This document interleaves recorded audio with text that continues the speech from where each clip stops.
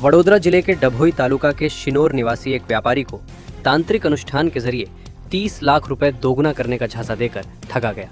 जिला पुलिस प्रमुख सुशील अग्रवाल ने बताया कि इस घटना में शिनोर पुलिस की एएसआई कंचन राठवा को आरोपी पाया गया है और उन्हें निलंबित कर दिया गया है। पुलिस ने इस घटना में 7 आरोपियों को गिरफ्तार किया।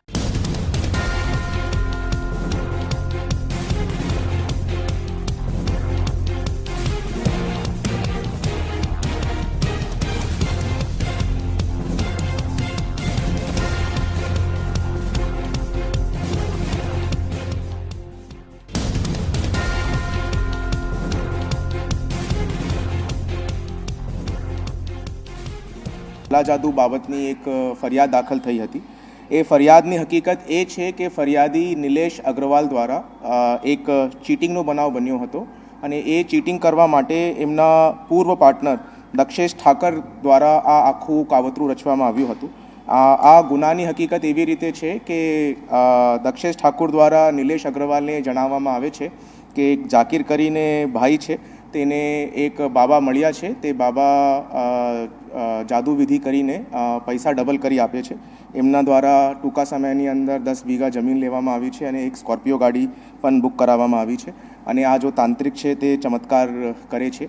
जाकीर द्वारा कॉन्टेक्ट करावीने गोपीनाथ बाबाथी एमनुं कॉन्टेक्ट थाय छे अने गोपीनाथ बाबा आ विधि करवा माटे आ फरियादीना घरे डभोई बोडेलीनी अंदर आवीने आ घरमां तांत्रिक विधि करावे छे अने ए तांत्रिक विधि पेटे ए कहे छे कि एक औषधिथी आ पैसा डबल थशे, ते औषधि ढूंढवानुं खूब ज अघरू होय छे।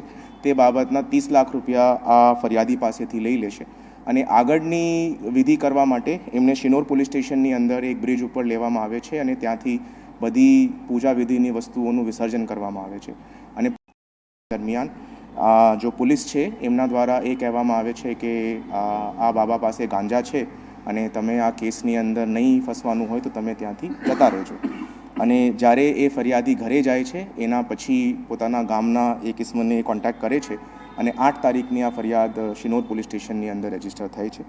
આ આખું બનાવ જો છે તે એક ક્રિમિનલ કોન્સ્પિરસી હતી અને ફરિયાદી પાસેથી આ 30 લાખ રૂપિયા પડાવવા માટેનું આ આખું કૃત્ય કરવામાં આવ્યું હતું।